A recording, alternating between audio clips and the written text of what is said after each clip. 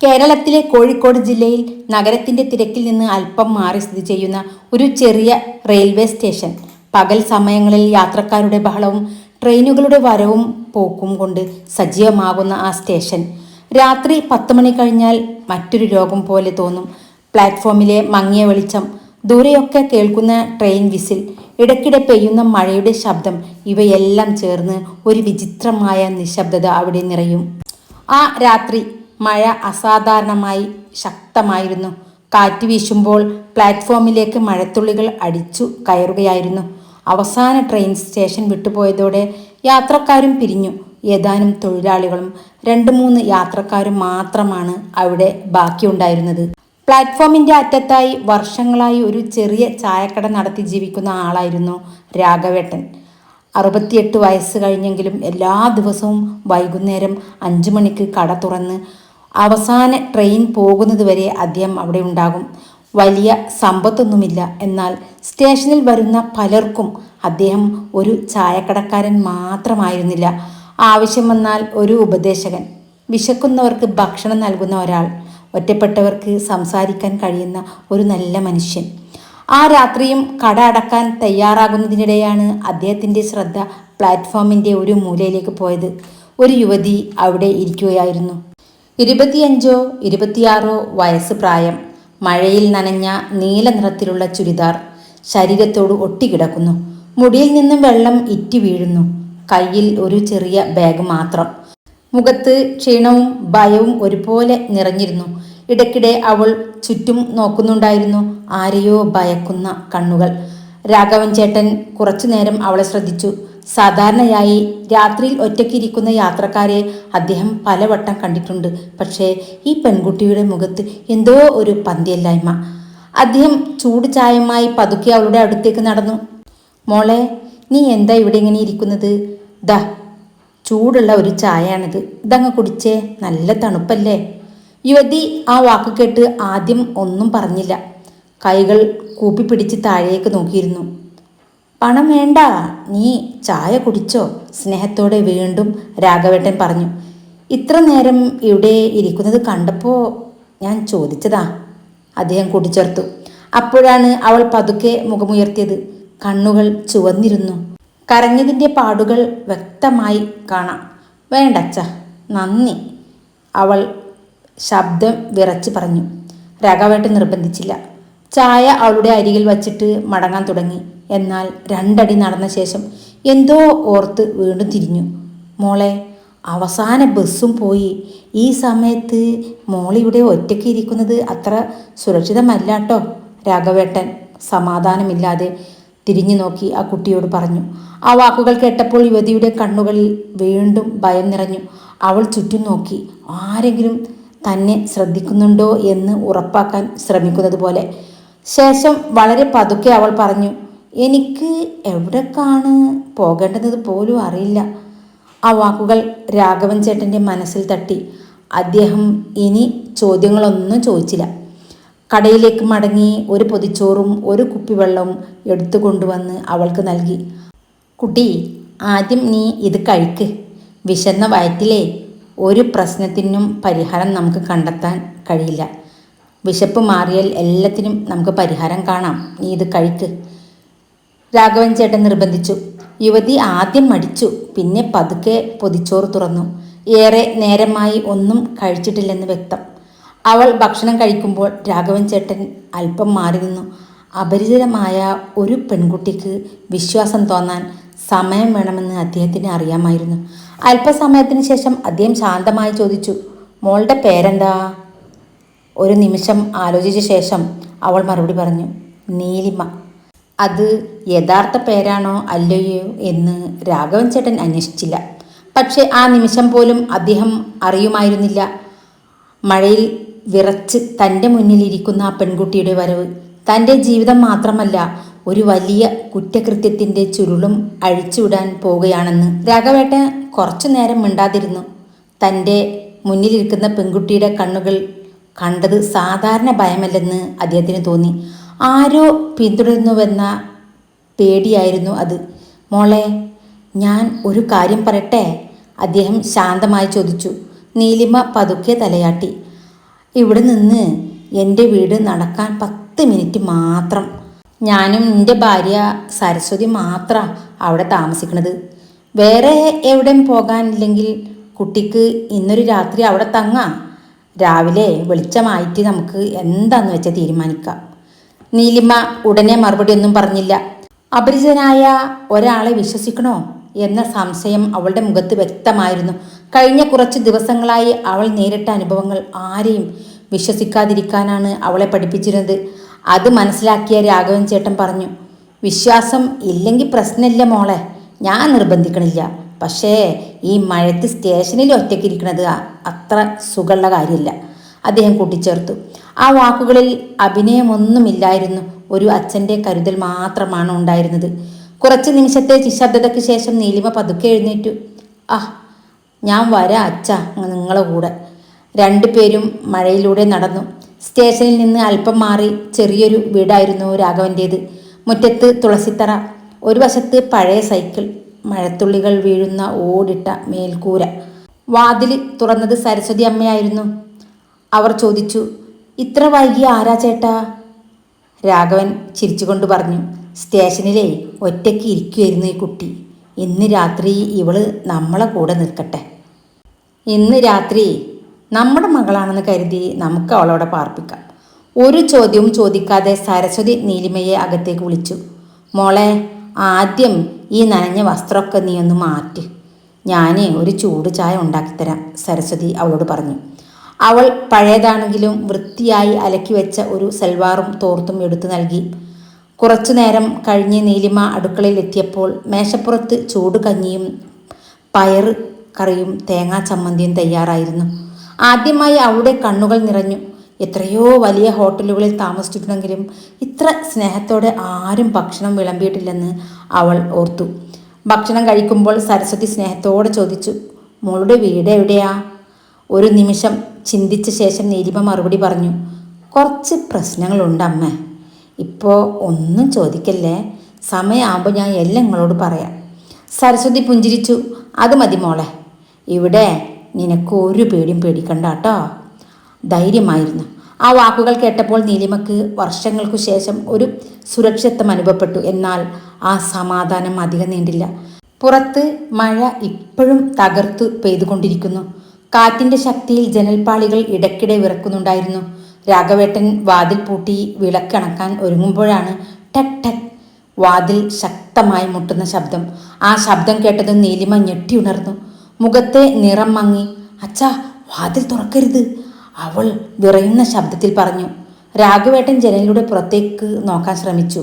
എന്നാൽ കനത്ത മഴ കാരണം ഒന്നും വ്യക്തമായി കാണാൻ കഴിഞ്ഞില്ല. വീണ്ടും മുട്ടൽ. ഇത്തവണ ഒരു സ്ത്രീയുടെ ശബ്ദം കേട്ടു. ആരെങ്കിലും ഉണ്ടോ? ദയവായി വാതിലൊന്ന് തുറക്കുവോ?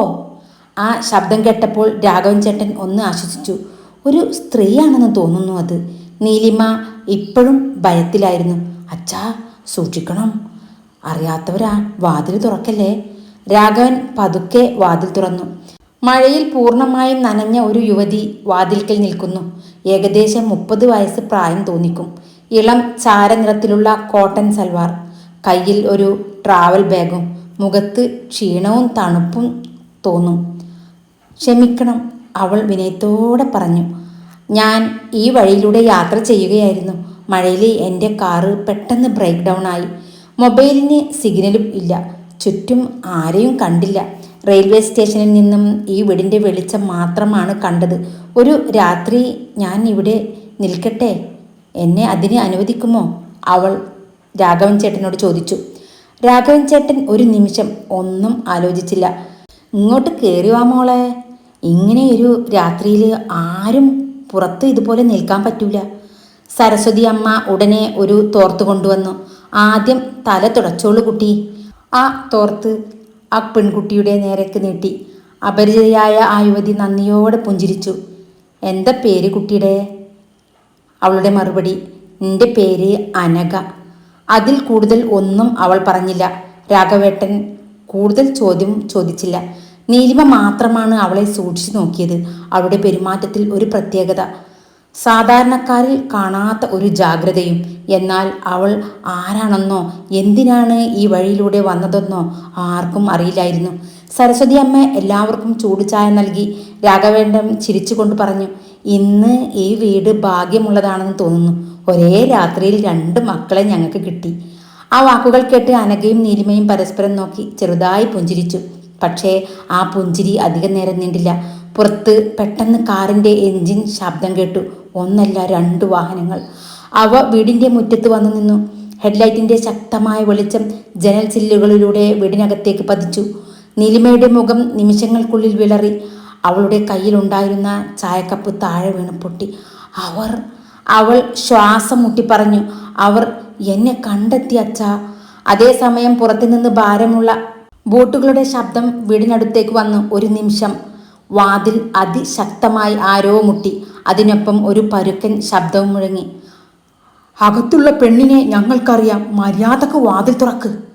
വീടിനുള്ളിൽ ഉണ്ടായിരുന്ന 3 പേരും പരസ്പരം നോക്കി. പക്ഷേ അവരിൽ ആർക്കും അറിയില്ലായിരുന്നു, ആ ചെറിയ വീടിനുള്ളിൽ ഇപ്പോൾ ഒളിച്ചിരിക്കുന്നത് ഒരു പെൺകുട്ടി മാത്രമല്ല, നിയമത്തെ പ്രതിനിധീകരിക്കുന്ന 2 സ്ത്രീകളായിരുന്നു.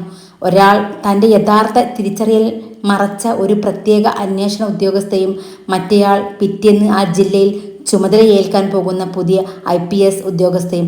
എന്നാൽ ആ സത്യം വെളിപ്പെടാൻ ഇനി ഏതാനും നിമിഷങ്ങൾ മാത്രം ബാക്കിയുണ്ടായിരുന്നുള്ളൂ. വാതിൽ വീണ്ടും ശക്തമായി മുട്ടുന്ന ശബ്ദം മുഴങ്ങി. ആ പരുക്കൻ ശബ്ദം കേട്ടതോടെ നീലിമയുടെ ശരീരം വിറച്ചു. അവൾ അറിയാതെ രാഘവൻ ചേട്ടൻ്റെ പിന്നിലേക്ക് മാറി നിന്നു. സരസ്വതി അമ്മയുടെ മുഖത്തും ഭയം നിറഞ്ഞു. രാഘവേട്ടൻ മാത്രം ധൈര്യത്തോടെ വാതിലിൻ്റെ അരികിലേക്ക് നടന്നു. ആരാ നിങ്ങൾ? പുറത്തുനിന്നും മറുപടി വന്നു. അത് നിനക്കറിയേണ്ട കാര്യമില്ല, അകത്തുള്ള പെണ്ണിനെ പുറത്തേക്കിടറ. ഇത് കേട്ടപ്പോൾ രാഘവൻ ഉച്ചത്തോടെ പറഞ്ഞു, ഈ വീട്ടിൽ അഭയം തേടി വന്നവരെ ഞാൻ ആരുടെയും കയ്യിൽ ഏൽപ്പിക്കില്ല. ആ വാക്കുകൾ കേട്ടതും പുറത്തുനിന്നും പരിഹാസ ചിരി ഉയർന്നു. ഡോ വൃദ്ധ, ഞങ്ങളോട് കളിക്കണ്ട. അതേസമയം ഇതുവരെ നിശബ്ദമായി നിന്നിരുന്ന അനഘ പതുക്കെ ജനലിൻ്റെ അടുത്തേക്ക് നടന്നു. ജനൽ ചില്ലിൻ്റെ ചെറിയ വിടവിലൂടെ അവൾ പുറത്തേക്ക് നോക്കി. 2 കറുത്ത ഇന്നോവ കാറുകൾ, 5-6 ഗുണ്ടകൾ. ഒരാളുടെ കയ്യിൽ ഇരുമ്പുവടി, മറ്റാളുടെ കയ്യിൽ ആയുധമുണ്ടെന്ന് അവർ ശ്രദ്ധിച്ചു. അവൾ പതുക്കെ തിരിഞ്ഞ് രാഘവനോട് പറഞ്ഞു, അച്ഛാ, ഇവർ സാധാരണ ആളുകളല്ല. രാഘവൻ തലയാട്ടി. അറിയാം മോളെ. അനഘ മൊബൈലെടുത്തു. സിഗ്നൽ ഇല്ല. അപ്പോൾ അവൾ 2-3 പ്രാവശ്യം ശ്രമിച്ചു, പക്ഷേ ഫലമൊന്നും ഉണ്ടായില്ല. അവൾ നീലിമയെ നോക്കി. ഇവർ ആരാണ്, എന്തിനാണ് നിന്നെ തേടുന്നത്? നീലിമയുടെ കണ്ണുകൾ നിറഞ്ഞു. ഇപ്പോൾ എനിക്ക് എല്ലാം പറയാൻ കഴിയില്ല ചേച്ചി, പക്ഷേ ഒരു കാര്യം ഉറപ്പാ, അവരുടെ കയ്യിൽ ഞാൻ അകപ്പെട്ടാൽ ജീവനോടെ തിരിച്ചു വരില്ല. ആ വാക്കുകൾ കേട്ടപ്പോൾ അനഘയുടെ മുഖം ഗൗരവമായി. അവൾ ഒരു നിമിഷം ആലോചിച്ചു. ശേഷം രാഘവേട്ടനോട് പറഞ്ഞു, നമുക്ക് പോലീസിനെ വിളിക്കാം. രാഘവൻ ഉടൻ തന്നെ സ്റ്റേഷനിലേക്ക് വിളിച്ചു. അടുത്തുള്ള പോലീസ് സ്റ്റേഷനിൽ പരാതി രജിസ്റ്റർ ചെയ്തു. 10 മിനിറ്റിനുള്ളിൽ വാഹനം എത്തും എന്നതായിരുന്നു മറുപടി. ആ വിവരം കേട്ടപ്പോൾ ഗുണ്ടകളുടെ നേതാവ് പുറത്തുനിന്ന് ഉറക്കെ ചിരിച്ചു. ഹോ, പോലീസിനെ വിളിച്ചിരിക്കുന്നു, നല്ല കാര്യം, അവരിങ്ങ് വരട്ടെ. അവൻ്റെ ആത്മവിശ്വാസം കണ്ടപ്പോൾ അനഘയുടെ മനസ്സിൽ സംശയം തോന്നി. ഇയാൾക്കെന്താ പോലീസിനെ പേടിയില്ലേ? അവൾ സ്വയം പിറുപിറുത്തു. മഴ കൂടുതൽ ശക്തമായി. വീടിനകത്ത് നിശബ്ദത. ഓരോ മിനിറ്റും മണിക്കൂറുകൾ പോലെ തോന്നി. 10 മിനിറ്റിന് ശേഷം ദൂരെയായി ഒരു പോലീസ് ജീപ്പിൻ്റെ സൈറൻ കേട്ടു. രാഘവൻ ചേട്ടൻ ആശ്വാസത്തോടെ ശ്വാസം വിട്ടു. ഹോ, ദൈവത്തിന് നന്ദി. ജീപ്പ് വീടിന് മുന്നിൽ നിർത്തിയപ്പോൾ സബ് ഇൻസ്പെക്ടർ പ്രവീൺ കുമാറും 2 പോലീസുകാരും ഇറങ്ങി. സംഭവം മുഴുവൻ കേട്ട ശേഷം പ്രവീൺ ആദ്യം ഗുണ്ടകളോട് സംസാരിക്കാൻ തുടങ്ങി. 5 മിനിറ്റ് അവർ തമ്മിൽ സംസാരിക്കുന്നത് കണ്ട അനഘയുടെ സംശയം വീണ്ടും വർദ്ധിച്ചു. അല്പസമയത്തിനകം പ്രവീൺ വീടിനുള്ളിലേക്ക് കയറി. അയാളുടെ ശബ്ദം കടുപ്പമായിരുന്നു. ആരാണ് ഈ നീലിമ? നീലിമ പതുക്കെ മുന്നോട്ട് വന്നു. ഞാനാണ് സർ. നിങ്ങൾ ഞങ്ങളുടെ കൂടെ സ്റ്റേഷനിലേക്ക് വരണം. ഇത് കേട്ടതും അനഘ ഇടയിൽ കയറി. ഒരു സ്ത്രീ ജീവന് ഭീഷണിയുണ്ടെന്ന് പറഞ്ഞിട്ടും ആദ്യം അവൾക്ക് സംരക്ഷണം നൽകാതെ എന്തിനാണ് സ്റ്റേഷനിലേക്ക് കൊണ്ടുപോകുന്നത്? അവൾ തറപ്പിച്ച് ചോദിച്ചു. പ്രവീൺ അവളെ തല മുതൽ കാലുവരെ ഒന്ന് നോക്കി. നിങ്ങൾ ആരാണ്? അനഘ ശാന്തമായി മറുപടി പറഞ്ഞു. ഒരു സാധാരണ യാത്രക്കാരി. പ്രവീൺ പരിഹാസത്തോടെ ചിരിച്ചു. ഓ, നിങ്ങൾ സാധാരണക്കാരിയാണെങ്കിൽ സാധാരണ ഒരു യാത്രക്കാരി പോലെ നിൽക്കൂ. ആ വാക്കുകൾ കേട്ടപ്പോൾ അനഘയുടെ മുഖത്ത് പുഞ്ചിരി മാഞ്ഞു. അവൾ പതുക്കെ തൻ്റെ ബാഗ് തുറന്നു. അതിൽ നിന്നും ഒരു ഔദ്യോഗിക നിയമന ഉത്തരവും തിരിച്ചറിയൽ കാർഡും പുറത്തെടുത്തു. പ്രവീണിന്റെ നേരെ നീട്ടിക്കൊണ്ട് അവൾ പറഞ്ഞു, ഞാൻ സാധാരണ ഒരു യാത്രക്കാരിയല്ല കേട്ടോ.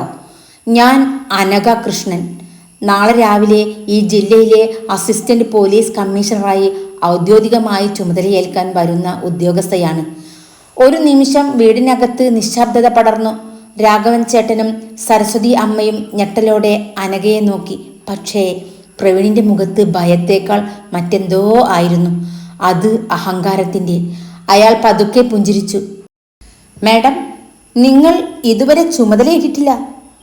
അതുകൊണ്ട് ഇപ്പോൾ ഇവിടെ തീരുമാനമെടുക്കുന്നത് ഞാനാണ്. ആ വാക്കുകൾ കേട്ടതും അനഘയ്ക്ക് മനസ്സിലായി, ഈ കേസ് ഒരു സാധാരണ ഗുണ്ടാ സംഘത്തിൻ്റെ പ്രശ്നമല്ല എന്ന്. പോലീസിനുള്ളിൽ തന്നെയുള്ള ആരോ ഇവരെ സംരക്ഷിക്കുന്നുണ്ട് എന്ന്. അതേസമയം ഇതെല്ലാം നിശബ്ദമായി നിരീക്ഷിച്ചു കൊണ്ടിരുന്ന നീലിമയുടെ മുഖത്ത് ആദ്യമായി ഒരു ഉറച്ച തീരുമാനത്തിൻ്റെ ഭാവം തെളിഞ്ഞു. അവൾക്ക് അറിയാമായിരുന്നു സത്യം വെളിപ്പെടുത്തേണ്ട സമയം അടുത്തെത്തിയെന്ന്. വീടിൻ്റെ ഉള്ളിൽ ഒരു നിമിഷം നിശബ്ദത നിറഞ്ഞു. മഴത്തുള്ളികൾ ഓടുമേഞ്ഞ മേൽക്കൂരയിൽ പതിക്കുന്ന ശബ്ദം മാത്രം കേൾക്കാം. അനഘയുടെ തിരിച്ചറിയൽ അറിഞ്ഞിട്ടും SI പ്രവീണിന്റെ മുഖത്ത് ഒരു ഭയവും ഉണ്ടായിരുന്നില്ല. പകരം ഒരു പരിഹാസച്ചിരി. മാഡം, നാളെ നിങ്ങൾ IPS ഓഫീസറായി ചുമതലയേൽക്കും. പക്ഷേ ഇന്ന് ഈ സ്റ്റേഷന്റെ ചുമതല എനിക്കാണ്. അതുകൊണ്ട് എൻ്റെ ജോലിയിൽ ഇടപെടരുത്. അനഘ ഒരു നിമിഷം പോലും കണ്ണ് താഴ്ത്തിയില്ല. അവർ പറഞ്ഞു, ഓഫീസർ, ഞാൻ യൂണിഫോം ധരിച്ചിട്ടില്ല എന്നതുകൊണ്ട് നിയമം മാറില്ല. ഈ പെൺകുട്ടി സംരക്ഷണം ആവശ്യപ്പെട്ടാണ് ഇവിടെ എത്തിയിരിക്കുന്നത്. ആദ്യം അവൾ സുരക്ഷിതയാണെന്ന് ഉറപ്പാക്കേണ്ടത് പോലീസിന്റെ കടമയാണ്. ഇത് കേട്ടപ്പോൾ പ്രവീൺ പരിഹാസത്തോടെ ചിരിച്ചു. നിയമം എന്നെ പഠിപ്പിക്കണ്ട കേട്ടോ. അതും പറഞ്ഞ് അയാൾ നീലിമയുടെ നേരെ നടന്നു. വാ, സ്റ്റേഷനിലേക്ക് പോകാം. നീലിമ ഒരടി പിന്നോട്ട് മാറി. ഞാൻ വരില്ല, വന്നേ പറ്റൂ, അയാൾ ഉച്ചസ്വരത്തിൽ പറഞ്ഞു.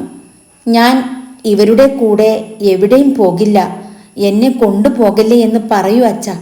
പ്രവീണിന്റെ ക്ഷമ നശിച്ചു. കോൺസ്റ്റബിൾ, ഇവളെ പിടിക്ക്. 2 പോലീസുകാർ നീലിമയുടെ അടുത്തേക്ക് നടന്നു. അപ്പോഴാണ് രാഘവൻ ചേട്ടൻ അവരുടെ മുന്നിൽ കയറി നിന്നത്. അദ്ദേഹം പറഞ്ഞു, ആരും ഈ കുട്ടിയെ തൊടാൻ പാടില്ല. ഉടനെ അയാൾ, മാറി നിൽക്ക് വൃദ്ധ. ഇല്ല, മാറി നിൽക്കില്ല. രാഘവൻ തൻ്റെ അഭിപ്രായത്തിൽ ഉറച്ചു നിന്നു. ഈ വീട്ടിൽ കയറിയ നിമിഷം മുതൽ ഇവർ 2 പേരും എൻ്റെ മക്കളാണ്, രാഘവൻ കൂട്ടിച്ചേർത്തു. ആ വാക്കുകൾ കേട്ടപ്പോൾ സരസ്വതി അമ്മയുടെ കണ്ണുകൾ നിറഞ്ഞു. പക്ഷേ പ്രവീണിന്റെ മുഖത്ത് കോപം കത്തി. വലിയ ധൈര്യമാണല്ലോ നിങ്ങൾക്ക്. ഒരൊറ്റ തള്ളിൽ അയാൾ രാഘവൻ ചേട്ടനെ നിലത്തേക്ക് തള്ളിയിട്ടു. വൃദ്ധന്റെ തല ഭിത്തിയിലിടിച്ചു. ചേട്ടാ, സരസ്വതി അമ്മ ഓടിച്ചെന്നു. ഇത് കണ്ടപ്പോൾ അനഘയുടെ കണ്ണുകളിൽ കോപം ജ്വലിച്ചു. ഓഫീസർ, ഒരു നിരപരാധിയായ വയോധികനെ ആക്രമിച്ചതിന് നിങ്ങൾ മറുപടി പറയേണ്ടി വരൂട്ടോ. പ്രവീൺ ഇത് കേട്ടപ്പോൾ പരിഹാസത്തോടെ ചിരിച്ചു. ആരോടാ നിങ്ങൾ ഈ പറയുന്നത്?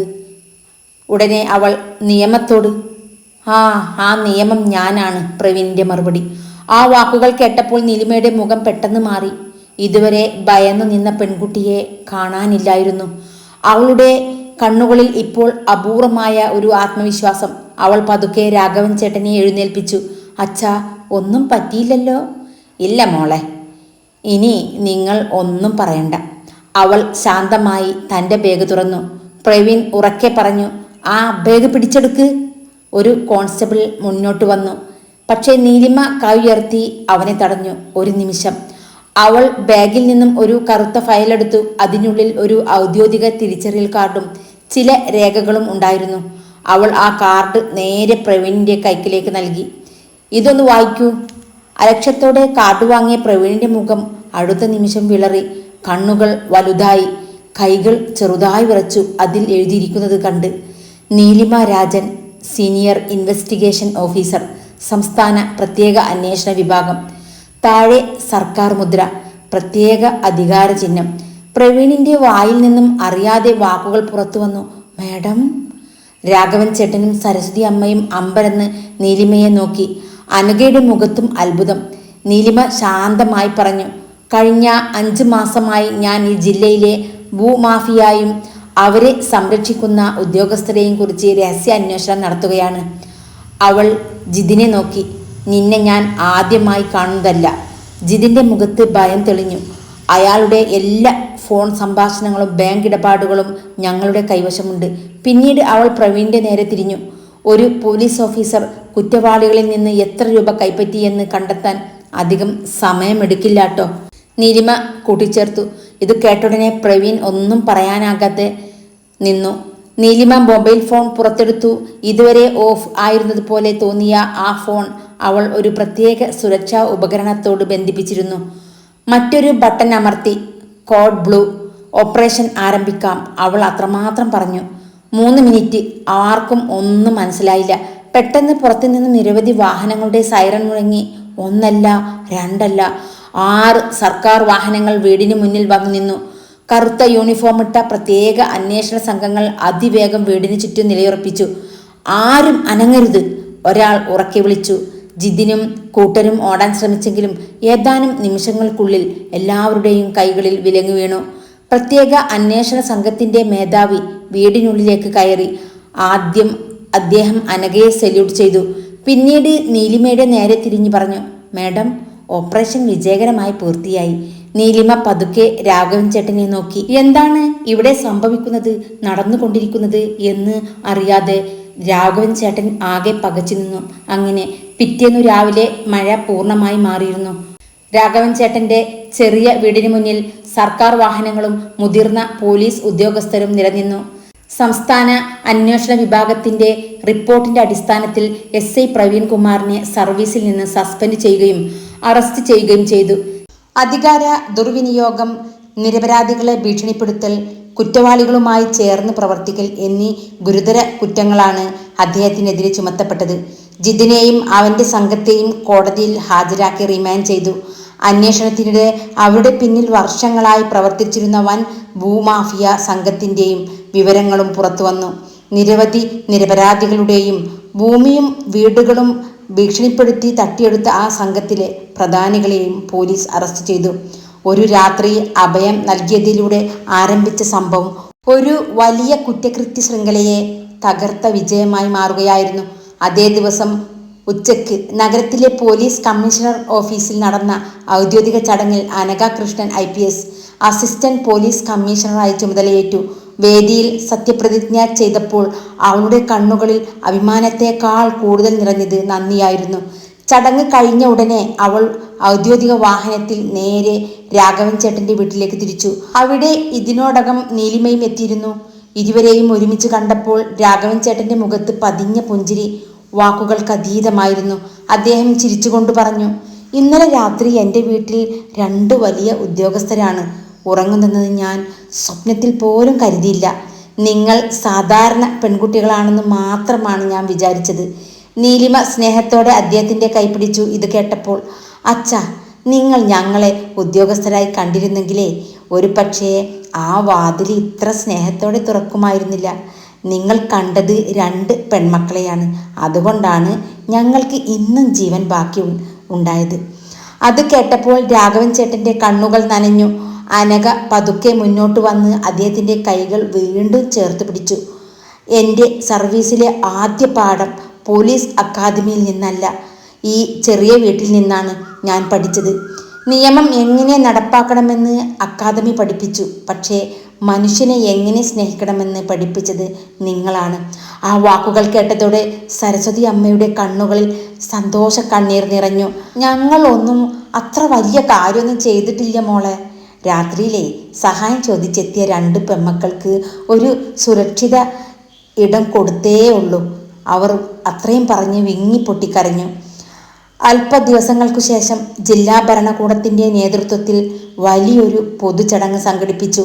അവിടെ രാഘവൻ ചേട്ടനെയും സരസ്വതി അമ്മയെയും മനുഷ്യത്വ പുരസ്കാരം നൽകി ആദരിച്ചു. അവരുടെ പഴയ ചായക്കട സർക്കാർ സഹായത്തോടെ പൂർണ്ണമായി നവീകരിച്ചു. ഇനി അത് വെറും ചായക്കട മാത്രമല്ലായിരുന്നു.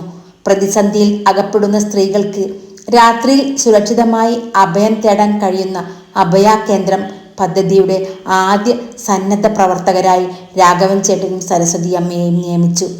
ആ വാർത്ത സംസ്ഥാനമൊട്ടാകെ പ്രചരിച്ചു. അവരുടെ ചെറിയ വീട് പലർക്കും ഒരു പ്രതീക്ഷയുടെ വിലാസമായി മാറി. പരിപാടിയുടെ അവസാനം സംസാരിക്കാൻ രാഘവൻ ചേട്ടനെ ക്ഷണിച്ചപ്പോൾ സദസ്സ് മുഴുവൻ നിശബ്ദമായി. അദ്ദേഹം മൈക്കിന് മുന്നിൽ നിന്ന് കുറച്ചു നേരം എല്ലാവരെയും നോക്കി. ശേഷം ശാന്തമായി പറഞ്ഞു, ജീവിതത്തിൽ ഒരുപാട് ആളുകൾ നിങ്ങളുടെ വാതിൽ മുട്ടും. ചിലർ സഹായം ചോദിക്കും, ചിലർ വെറും ഒരു രാത്രി സുരക്ഷിതമായി കഴിയാൻ ഇടം തേടി വരും. അപ്പോൾ ആദ്യം അവരുടെ പേരോ മതമോ പദവിയോ പണക്കാരനാണോ എന്നോ ഒന്നും ചോദിക്കരുത്. അവർ മനുഷ്യരാണെന്ന് മാത്രം ഓർത്താൽ മതി.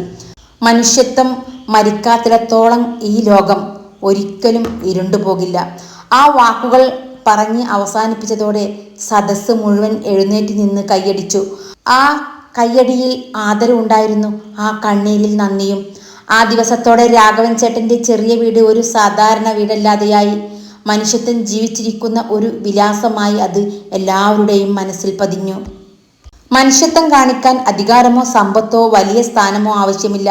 ഒരു നല്ല മനസ്സും സഹായിക്കാൻ തയ്യാറായ 2 കൈകളും മതിയാകും.